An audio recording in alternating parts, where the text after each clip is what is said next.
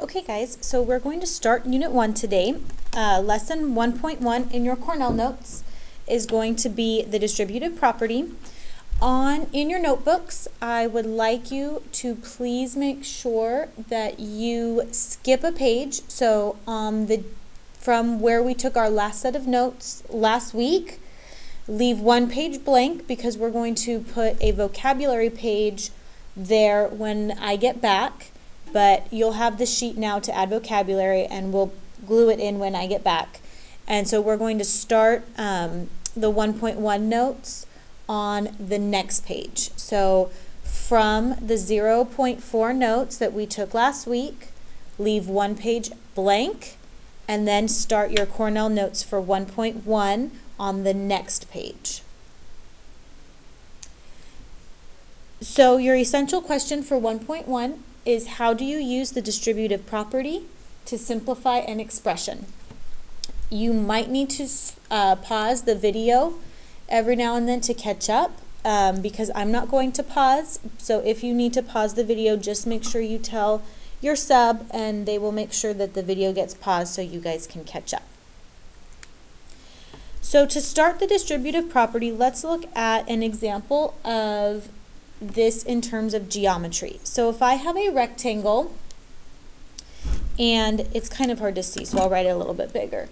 On the rectangle, the length is 8, and the width is an expression, x plus 5.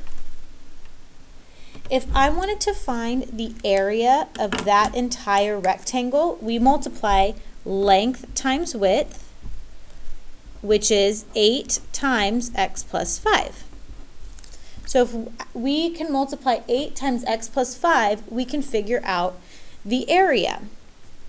Another way that we can look at this, if I take the exact same rectangle with the length of 8 and I split it into two sections. One section is x and the other section is 5.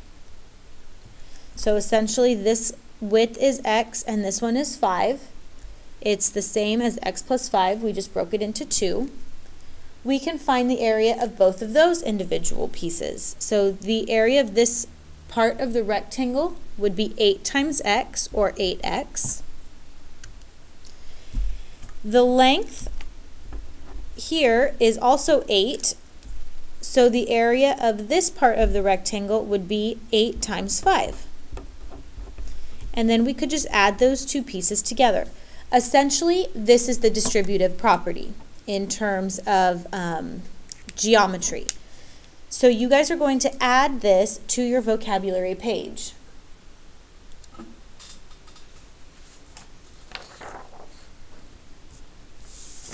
So on your vocabulary page that you got, there are 3 boxes, one for the vocabulary term, one for the definition, and then we're going to put an example. So that's our first term, is going to be the distributive property, and then we're going to practice a little bit. So the distributive property, the official definition, is multiplying a sum by multiplying each term individually and adding the products. In our example, I am using 3 times x plus 4, which is the same as multiplying 3 times x, so 3 times x, and then adding 3 times 4. So make sure you get those in your vocabulary page.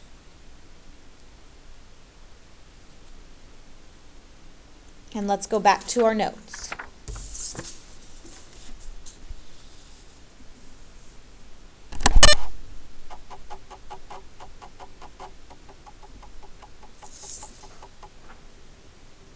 So essentially that's what makes the distributive property work, is that we can look at it in terms of areas and then multiply the two areas together.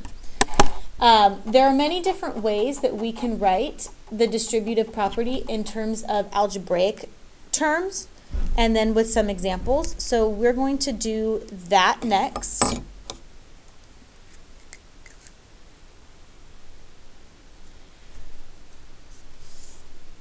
If I'm doing a standard distributive property, A times B plus C. We distribute the A, which is the same as multiplication, and that gives us A times B plus A times C.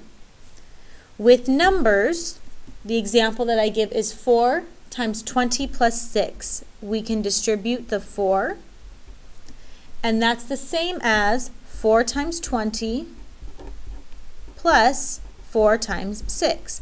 So that 4 gets multiplied into the sum individually.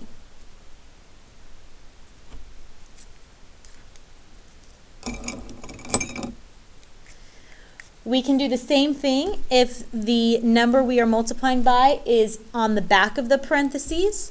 So we can also distribute from the back. A times B gives me B times A. And we can distribute the A in times C, so you get plus C times A.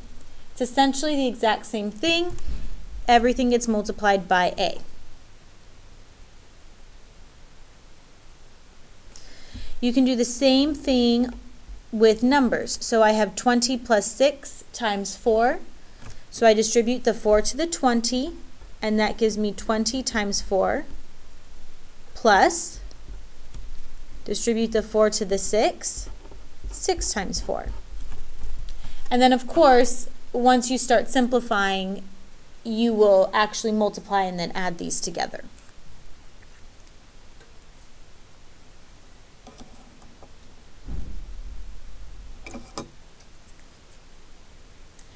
We can also apply the distributive property with fractions. So if I have A divided by B, I can take that A and multiply it by the fraction 1 over B. So it's similar to the distributive property in that I would multiply A times the 1, and that's how I got the A over B. So in terms of numbers, if I have 7 over 10, I can pull out that 10, and that gives me 7 times 1 over 10. So we just pulled it out. Multiplying by 1 over 10 is the same as dividing by 10.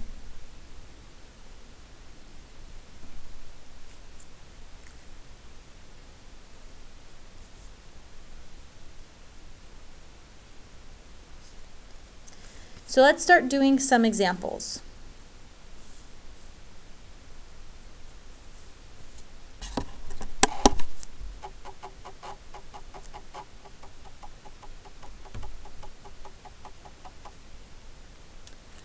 Our first example, example 1 part A, is to simplify the expression 3 times x plus 8.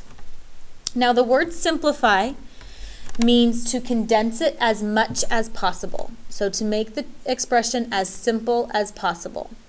You can't solve because there's no equal sign, but to simplify means to put it all together. So I have 3 times x plus 8. So that indicates to me that I'm going to be multiplying 3 times these two numbers, so I'm going to use the distributive property. To remind myself that distributive is always multiplication, I draw arrows to the numbers that we're multiplying by, and then I write the multiplication out. So this is 3 times x plus 3 times 8.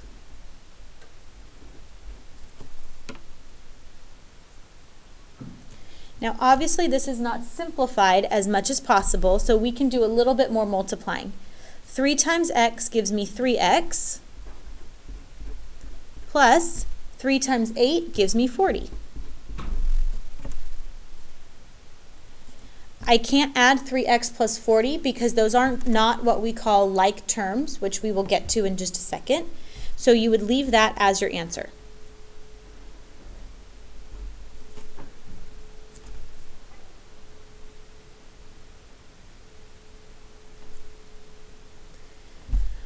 Part B is to simplify the expression 5b minus 4 times negative 7. So since I am multiplying both of these by negative 7, I distribute the negative 7, and then I'll end up subtracting later.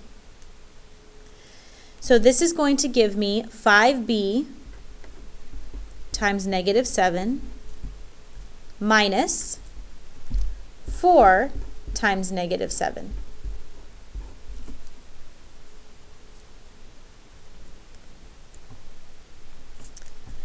Five b times negative 7 is negative 35b minus 4 times negative 7 is negative 28. Now this is still not as simple as we want it to be because I have minus a negative.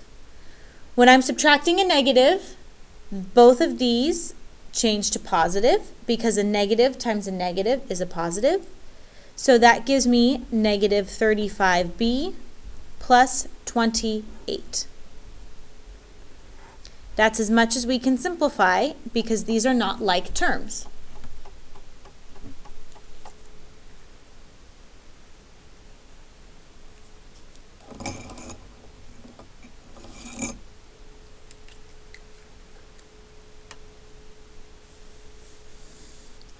Let's do a fraction.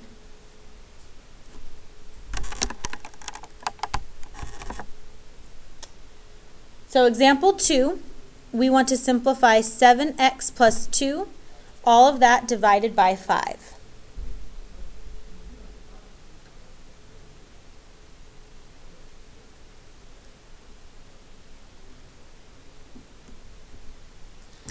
So what we're going to do is first we're going to rewrite this so that it is a distributive property of division. So I'm going to take out that divide by 5.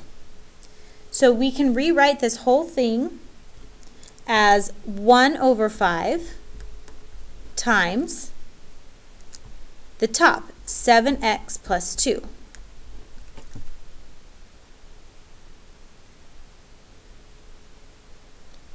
Now I can distribute the 1/5. So I'm multiplying 7x times 1/5 and 2 times 1/5. I'm going to go to the right because I don't have enough space below. And that gives me 1/5 times 7x plus 1/5 times 2.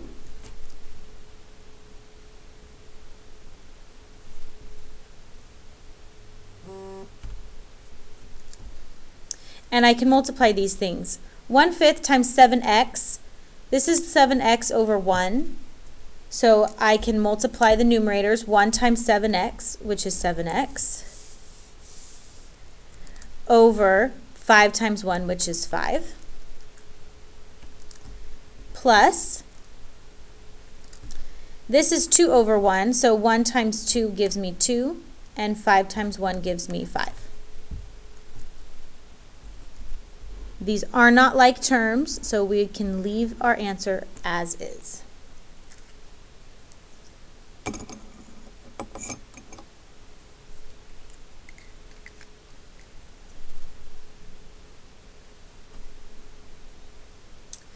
Let's do one more example like this, and then we'll get on to talking about like terms. So example 3 says to simplify, that is a negative 2y minus 3x. So the negative is on the outside of the parentheses. When we have a negative on the outside of the parentheses, that's the same thing as saying negative 1 times 2y minus 3x. So I'm actually going to distribute the negative 1. So this becomes negative 1 times 2y minus negative 1. And I don't like a negative and a negative next to each other, so I'm going to put the negative 1 in parentheses times 3x.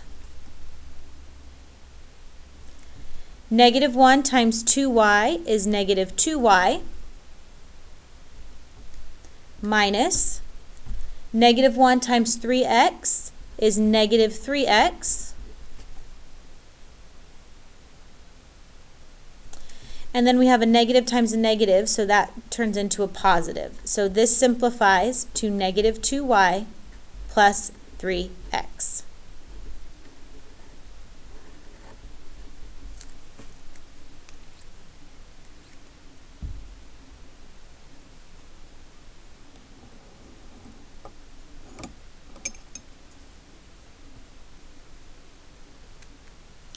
So let's talk about terms and like terms and what I mean by those two things. So in your vocabulary page, we're going to add another vocabulary word called a term.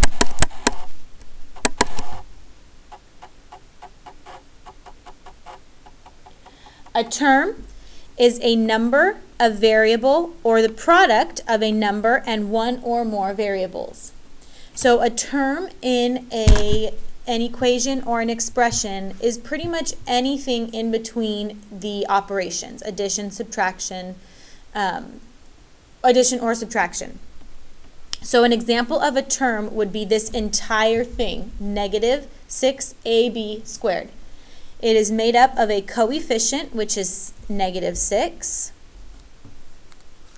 and multiplied by two variables. One variable is a, and the other variable is b. B has an exponent attached to it.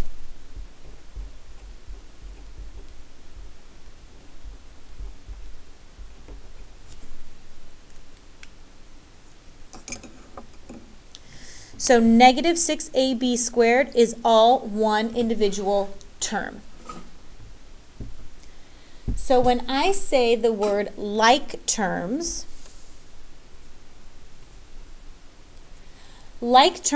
are terms that have the same variables and exponents. So for example, 4a squared b and negative 2a squared b. These are considered like terms because they both have a squared b's attached to them. Another example of like terms could be negative 3x and 75x. These are both like terms because they both have x attached to it and nothing else. So the variables need to match as well as exponents attached to the variables. So everything that is attached to the coefficients needs to match.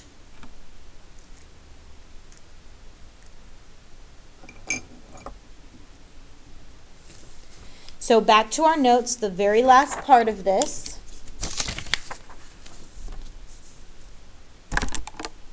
is combining like terms.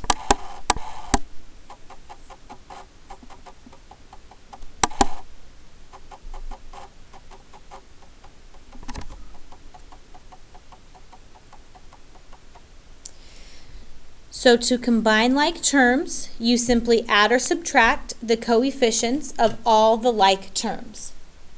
So we have one more example here. Part A, 8x squared plus 2x squared. What I like to do when I'm combining like terms is put circles, squares, underline all of the like terms. So right here I have an 8x squared and a 2x squared, a positive 2x squared. These are like terms because they both have x squared attached to them.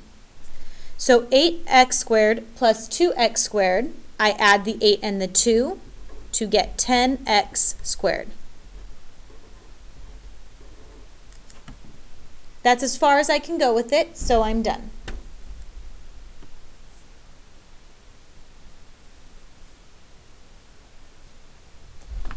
Part B has a little bit more going on.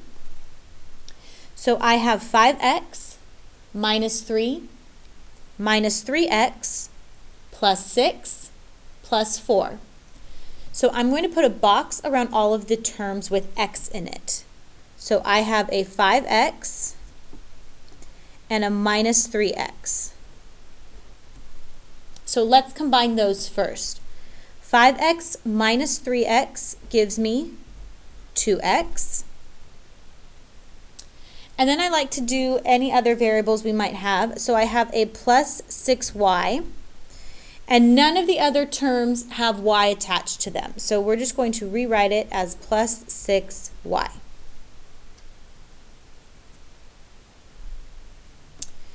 Finally, we add the constants. So I have a -3 plus 4.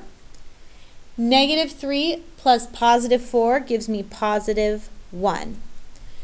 So let's double check. Everything that's left over is a 2x, a 6y, and a +1. None of those are considered like terms, so you have simplified and you are done.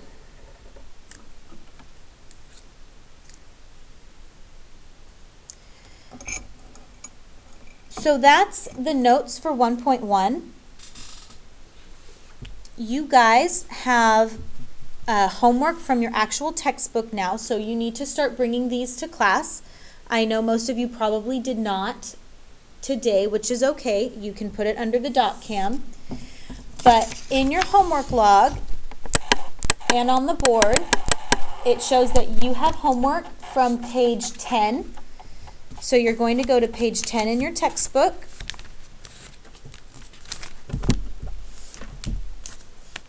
And the problems start at 19 through 37. So you are going to start on problem 19 of your textbook and go all the way to 37, and then do 41 and 43 as well.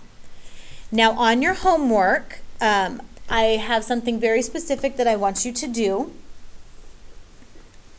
So anytime your homework is from the textbook, you're going to be doing it on a separate sheet of paper, not from your notebook. And please do not start tearing sheets of paper out of your notebook either. So you are going to turn in homework to me just like normal, which is why it needs to be on a loose sheet of paper. On your homework, I would like you to please write your first and last name.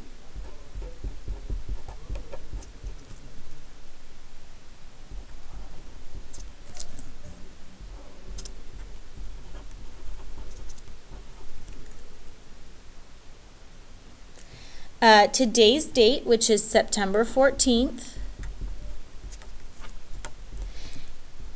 2015, and then the period. So this is period 3. I also would like you to please title your homework. So right on the title line, write homework 1.1. and then put the page and problem numbers. So page 10, number 19 through 37, 41, and 43.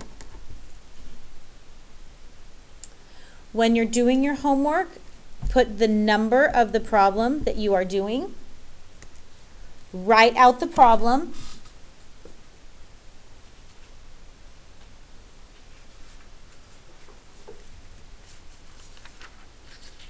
so on this one, it is 3 times t minus 1. Please make sure that you are showing your work. So on distributive property, showing your work means writing each individual step. 3 times t minus 3 times 1. So that gives me 3t minus 3, and put a box around your answer. Then you can start the next problem, and you can go to the right and start making columns if you want. So for question 20 and then 21, or you can start going down. That's up to you, but you do need to have a box or a circle around your answer so that I can find it. So part of being a good mathematician is showing your work and showing it neatly so that other people can follow it. So this is how I would like you to label your homework. Be ready to turn this in tomorrow, and you guys may work on your homework for the rest of the period.